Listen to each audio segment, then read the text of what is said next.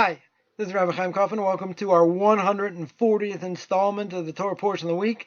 We are holding by Parshas Veeschanan, a packed parsha.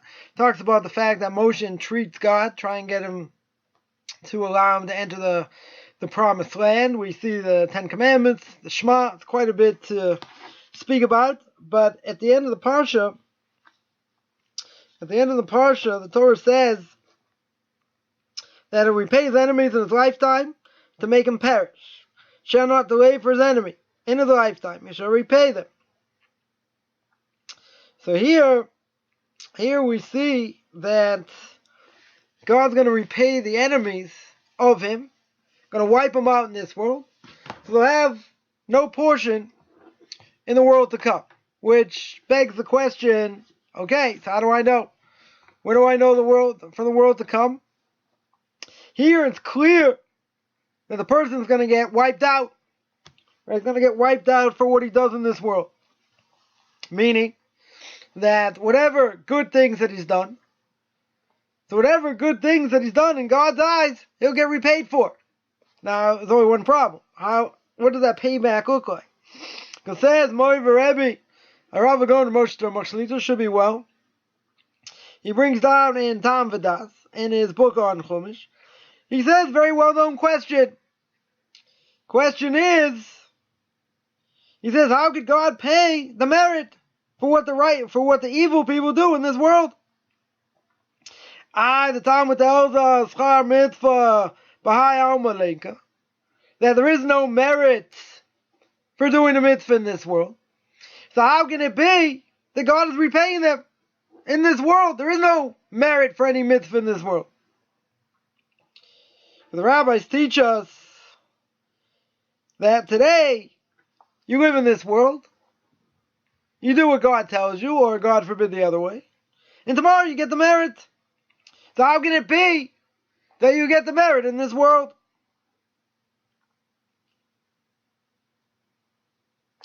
So we also know that anything in this world, all the benefit, all the enjoyment in this world is not compared to anything in the next world. Right? Even one mitzvah, we can't compare. So the question is, how can it be? God's going to pay Rishoyim. He's going to pay evil people for the merit of that mitzvah.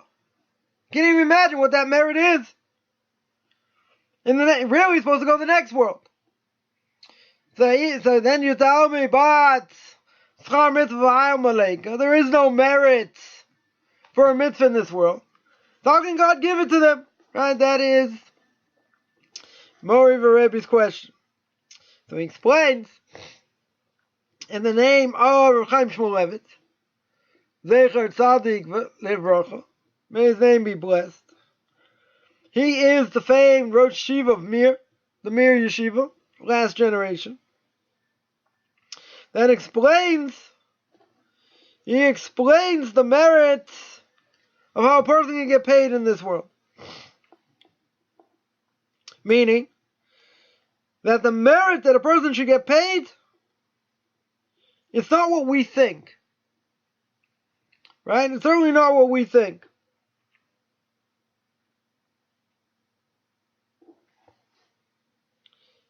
So he explains that Esav, good old Uncle Esav, sold his firstborn ship for bread and a bunch of lentils, a bunch of beans.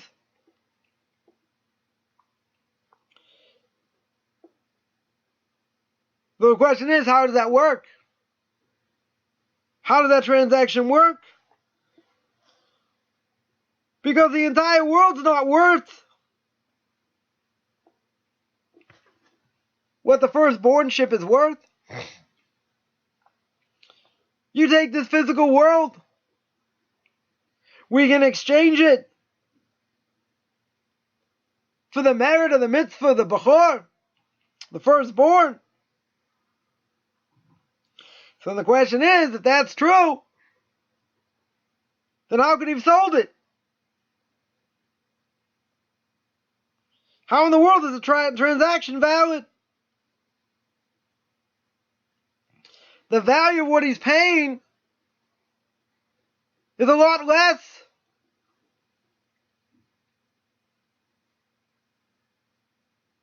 Right? So therefore it's onus devarim, meaning it's a lot more.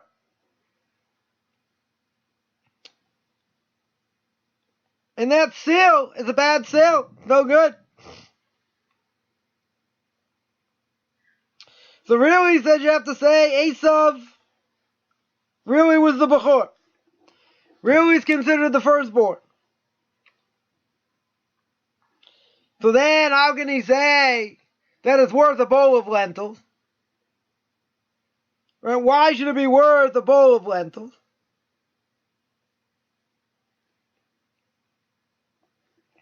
So by Esav, that's the value. Right? A little bit hard to fathom. In other words, we don't understand what the value of a mitzvah is. But if a person puts a value on it, like good old Uncle Esav, what does he put the value at? A loaf of bread? Some lentils?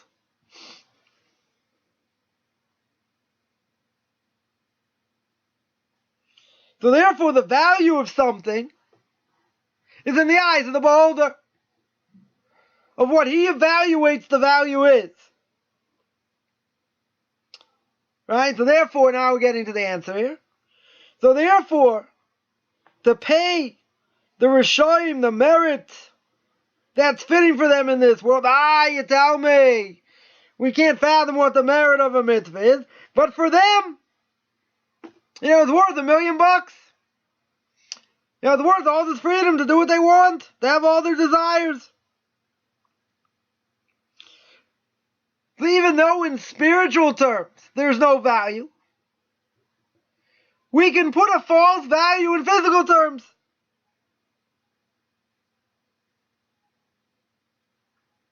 So to be in the eyes of the beholder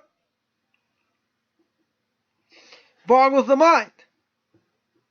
Because the fact that he values the firstborn being valued at what? At a loaf of bread and some beans. The spiritual side of it is infinite. Can't imagine what the merit is. But he put a value at it. So therefore, it's not a contradiction. God can give him the merit of the mitzvah according to his value, to what he understands the value is. So too, a Ben Torah, someone who spends his day and night learning Torah, and let's say, God forbid, he transgresses, and he doesn't learn when he should be learning. Right? Transgresses the prohibition of Bittul Torah, of wasting your time when you could have been learning. So what happens? So let's say he wastes time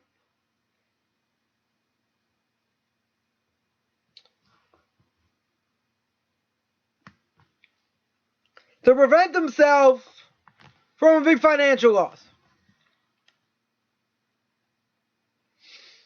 So you see, Talmud Torah Keneged Kula, anyone can come learn. The merit to learn is infinite. But for him it has a value. He's willing to stop learning in order to make sure he doesn't have a financial loss.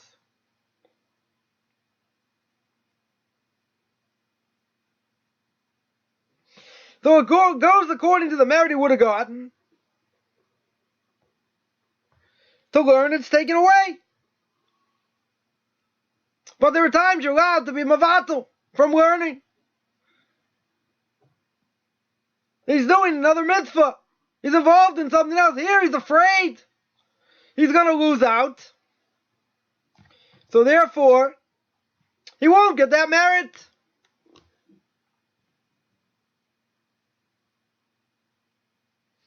That's an interesting thing we'll have to come back to.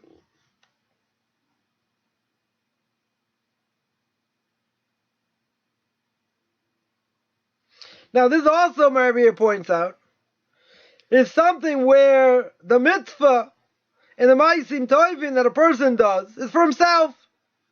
Not that he's trying to get someone else to do the mitzvah.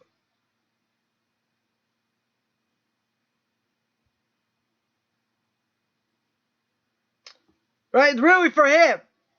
So, in other words, you're trying to get someone to do the mitzvah. For him the value is less, for you the value is more. Right? Not the same. So it's an interesting thing.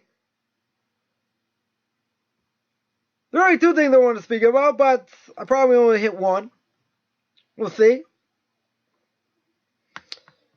And that is that we get to the age-old question, why do bad things happen to good people? So here, a person gets the merit of whatever mitzvah they've done. Because in the end,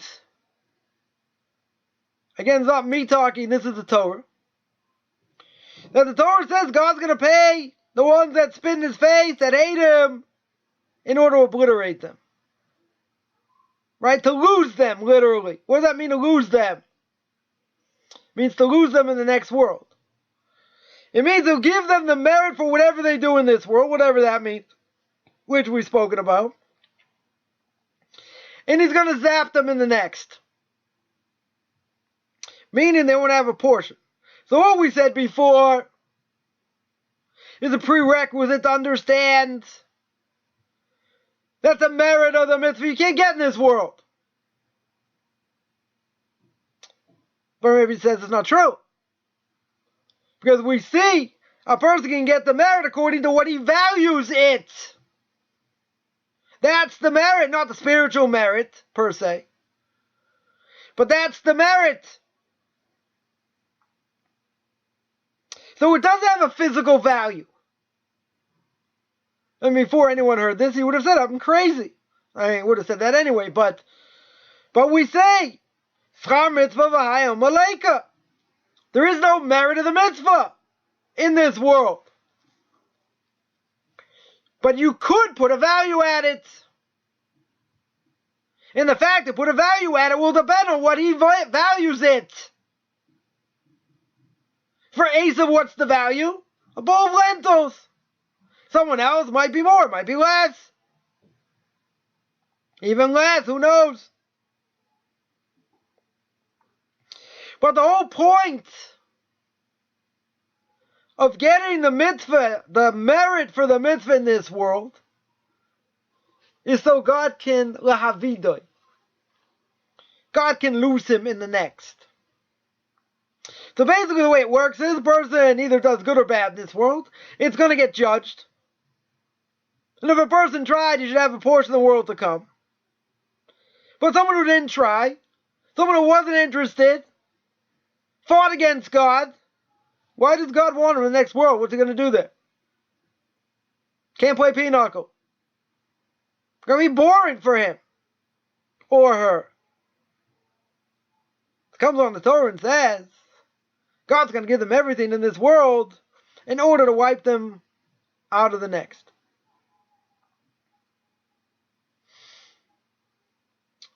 So how does the Torah know this?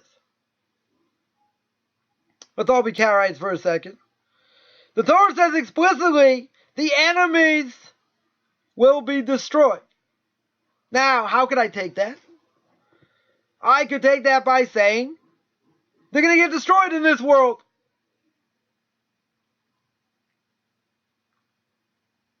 But if they're going to get destroyed in this world, why they get merit? For whatever mitzvah they've done. Where's the destruction? So the reason evil people seem to have it easy, and again, you have to be truly evil for this, is that God wants to give you everything in this world, right? The value of whatever that mitzvah is. So you enjoy it in this world for one purpose. So God can say, scram. I do not want to have any part of you whatsoever in the next world. So therefore he's going to destroy him. Destroy him cannot mean in this world. Person's going to have a horrible death. Not die at a ripe old age. You can say, well, you get destroyed that way. But that's not what it means. Because otherwise, why would it say he's going to get paid? Why is he getting paid? Doesn't make sense. So the payment must be, again, logic, pure logic. Payment must be in this world. To wipe him out can't be this world. We already said. Payment of whatever he did is in this world. So by process of deduction, no oral law over here, to wipe him out must mean in the next world. Because to pay him and then wipe him out in this world doesn't make sense. If you're going to give him the merit, fine. Where's the punishment? Why is there punishment? Yeah, I understand. It's talking about someone who's hated in front of God. So if you're going to wipe him out, fine. He'll die a gruesome death. I get it. But why are you going to pay him? So the way it works is that it'll only be fair. If God just wiped out people, didn't give up any merit for any mitzvah they've done, then what's the point of doing mitzvahs? Even if you don't do it for the sake of heaven, doesn't matter. But wouldn't it be fair? This person has a claim against God. He'll say it's not fair. I didn't get the merit for doing something good. I crossed Granny across the street one day. I gave charity. I might have done other things. So why is it that I don't get paid? So God says, you know what? You're right. You should get paid. But I'm going to pay you here. And you ain't going to have nothing in the next world. So this is what it means. Righteous people are going to have it hard. For all the difficulty, they may have transgressed something very small. But they pay a more severe price here in order to be squeaky clean in the next world. But what about someone who has it easy? Someone made it big, could care less about God. Still got to be paid. So what does God do? He gives it to him now. And he uses it up in this world so he'll have nothing in the next. That's why evil people have it easy. And God will give them everything. Doesn't mean their life per se is necessarily easy. But certainly they have money, they have power, fame. They have all these things. You can say it's not fair.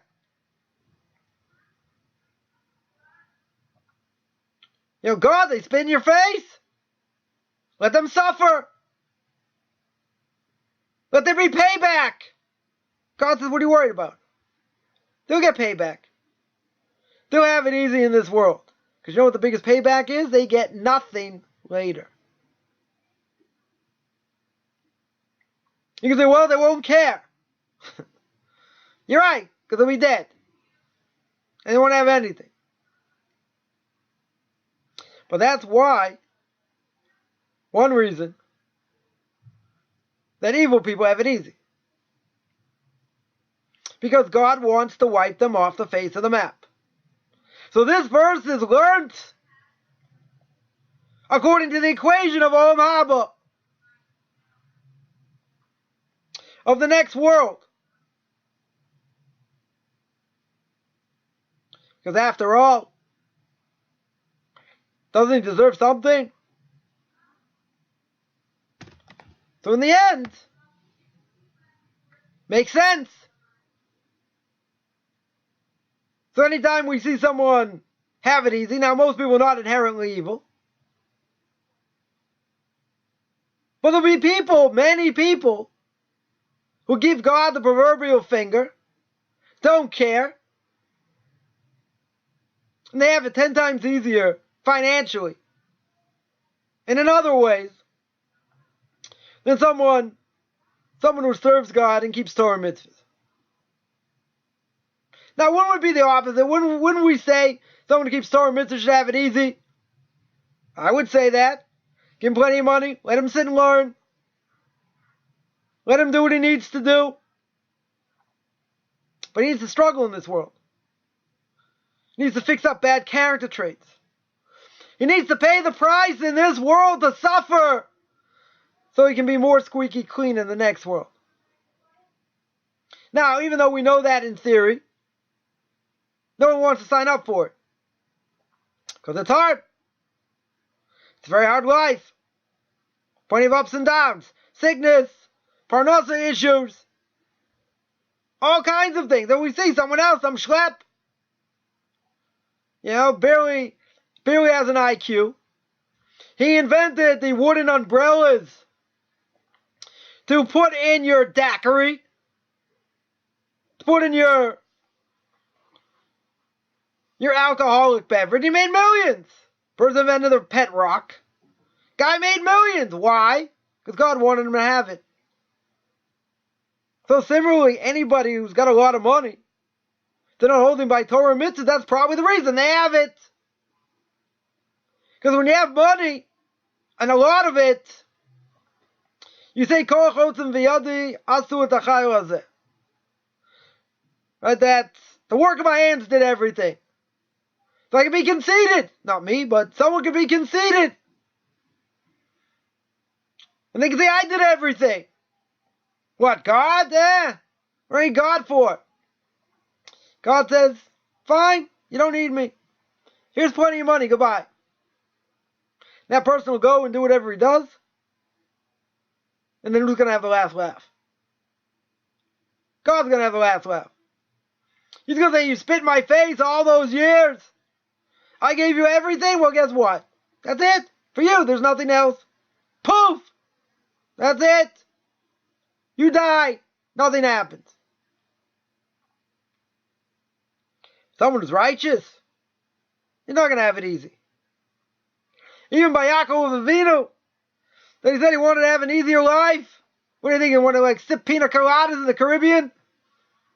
God forbid. Yaakov had a very rough life. Had a rough life with Lavan, with Esav, with what happened with Yosef. He had to go down to Egypt. He had all kinds of issues. His wife dies. He had it rough. He just wanted tranquility.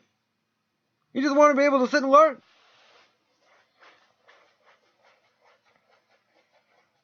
We don't grow without trials and tribulations. Spoken about that a lot. It's all the purpose of this discussion.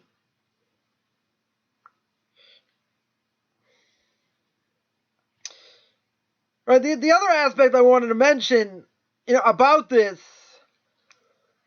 is that we can put a number. I mean, it boggles the mind. You can put a number to the value of the mitzvah. Now, in this world, people will put value in all kinds of things that are meaningless. And people will not go beyond the letter of the law because they're lazy.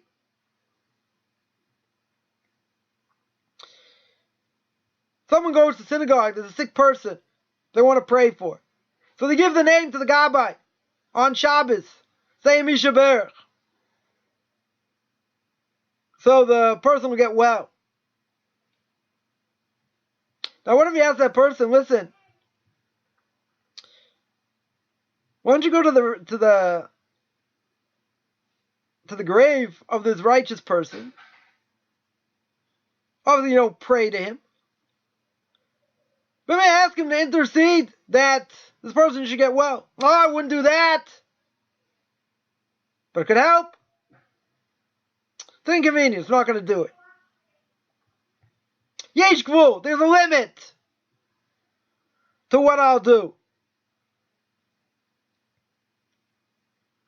There's a value.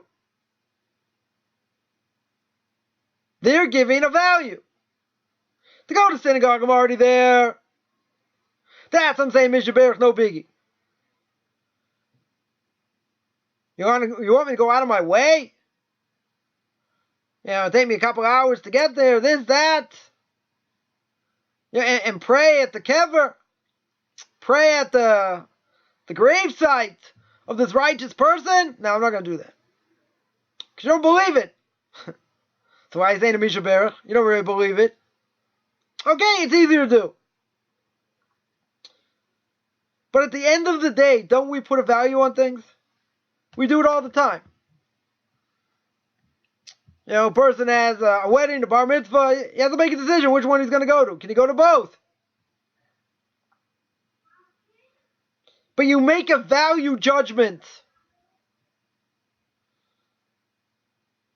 Who's going to miss me more if I'm not there? Well, maybe nobody will miss me. Okay. Who's more important to go to if I can only go to one? It's a mitzvah. Either one's a mitzvah.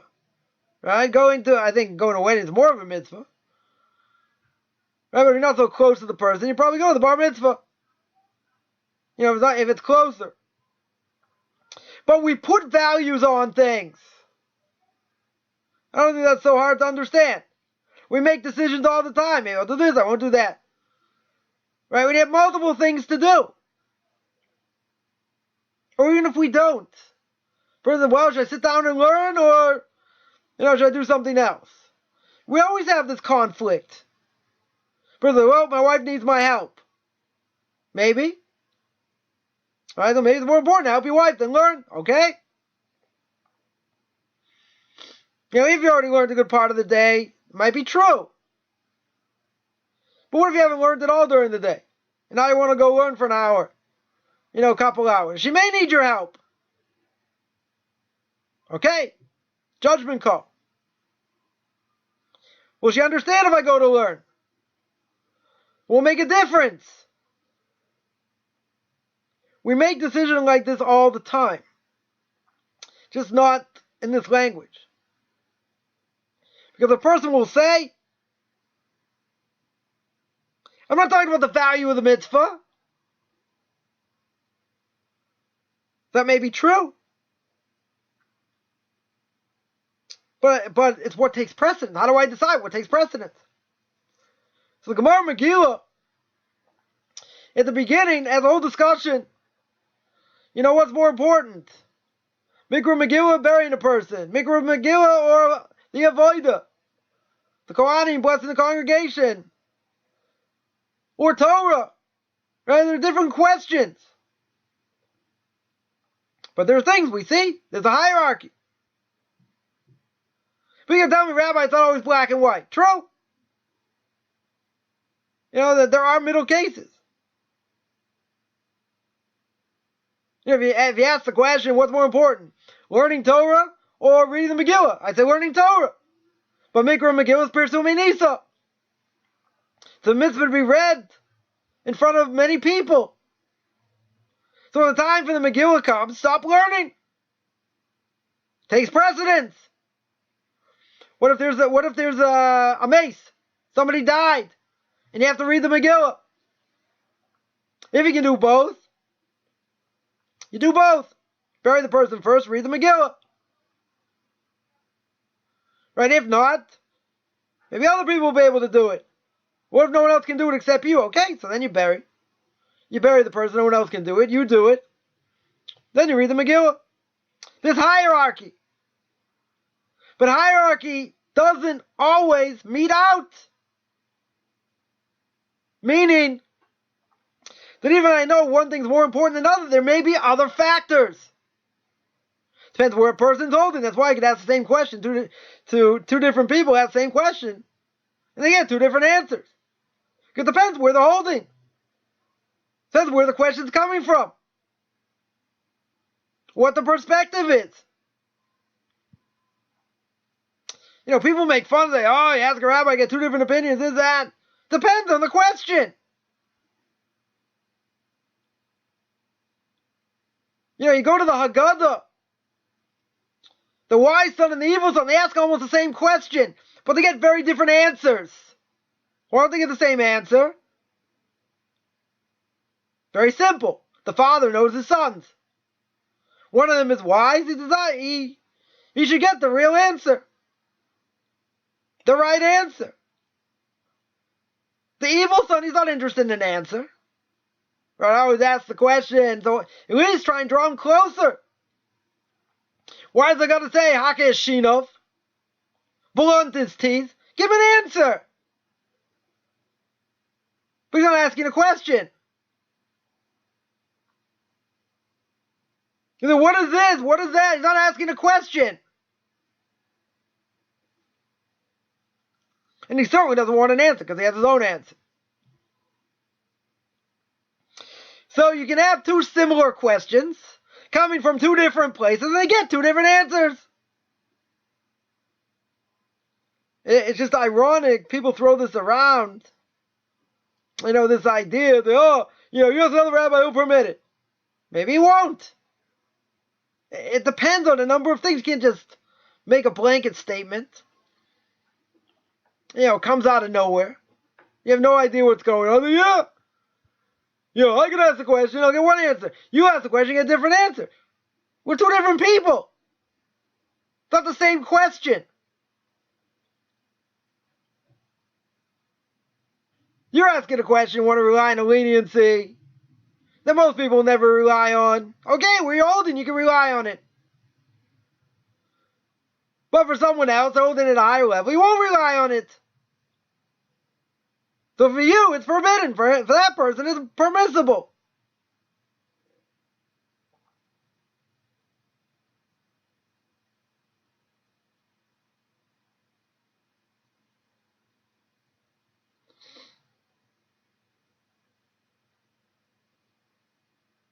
So it's an interesting idea that you can put a value on something spiritual. Because the reality is you never should be able to do it. It should make sense. You should be able to do it.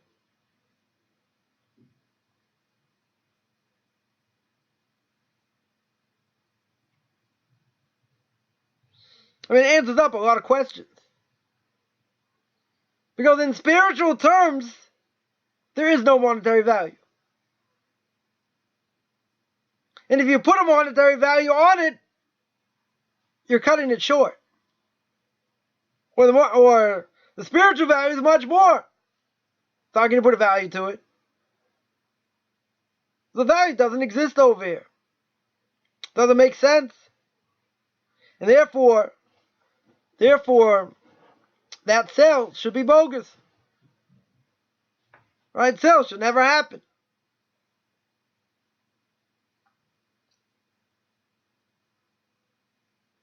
So a person who learns and spends a lot of time learning doesn't see so much financial reward from it.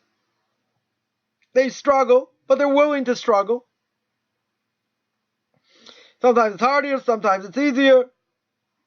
They have all kinds of issues. Right? That's really what gets people. And it looks like they're suffering. They are, probably. Where someone else has it totally easy. And they could care less. Keep Shabbos, they don't keep festivals, keep kosher, make fun of the rabbis. They do all kinds of things. And the point here is very simple. Really, we can say we don't understand how God works. That is true. But we are given some guidelines. And if someone has it easy in this world, I've seen Rabbi put in different places, person should be worried they're losing merit for the next world.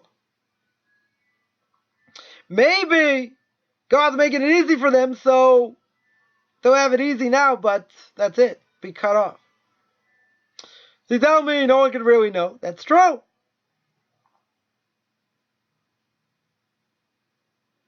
Be with that, I'd like to have that trial of money. Now we do so much and this and that. Yeah, a lot of people say it. But once the person has it, the whole mindset changes. Right? Mindset changes in a lot of ways. And the reason is because now they have everything. If they have everything, they're not going to have to want to change. Ever. It makes it that much more difficult. Because what does the Mishnah in Pirkei Avos say? Mishnah in Pirkei Avos says, person has 100 wants 200.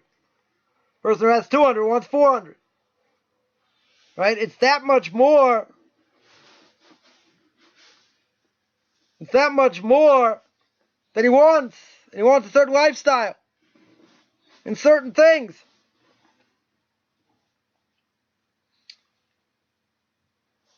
And the learning's different. The learning's very different. Because he has. And it's easier. And his stomach is fuller.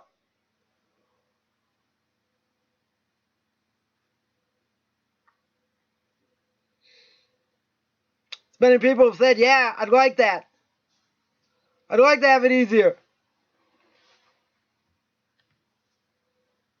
But then you have more obligation to help others, to do good things. So that money can be either good, can use it for good things, or it can be absolutely poison. That's why sometimes the Torah can be called poison.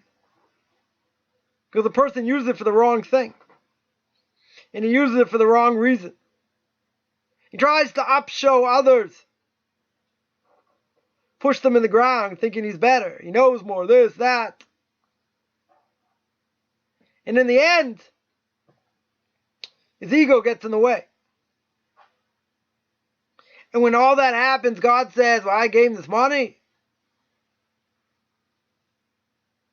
I made it easy for him. What did he do for me? Yeah, he keeps Shabbos. He keeps the festivals.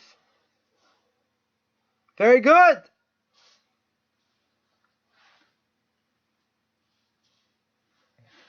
Big deal.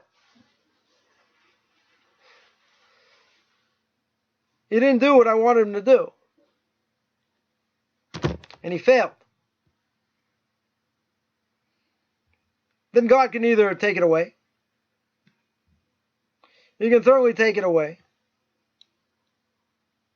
Or he can take it away, make him suffer. Make other things happen.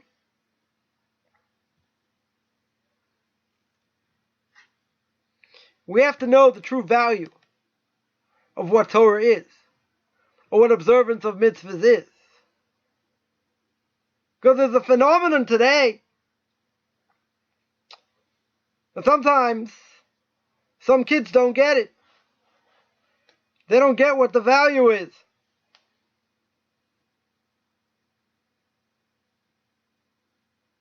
They drop out. Why? They don't want the burden. It's not about something ideologically. Right? It's not an ideological thing. It's about doing what I want to do. And I want to enjoy life. You know, it's not about all the proofs of the next world and this and that. They say it's not worth it for me. Why not? Because I just don't enjoy it.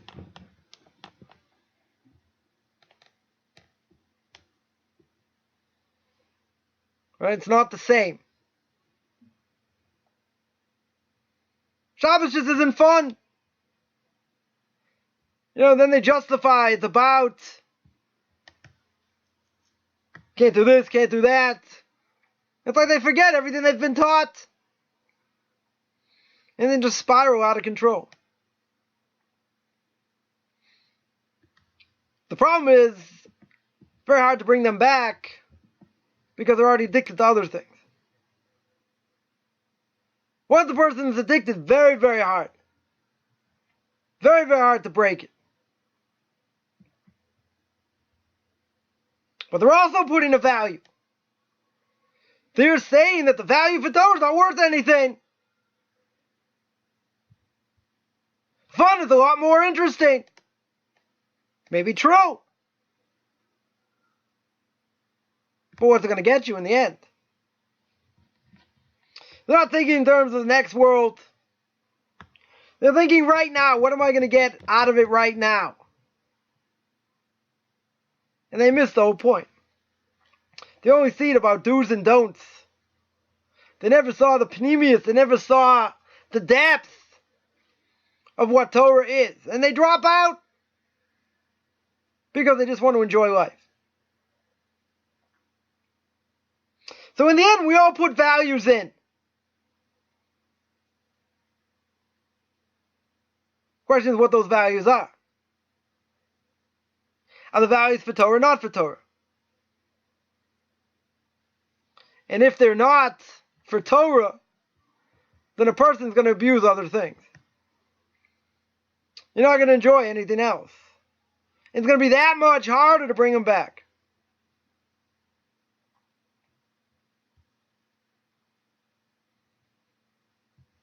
So next time we think about doing something, think about its value. Think about how it affects you. What it can do. And how it can shape us.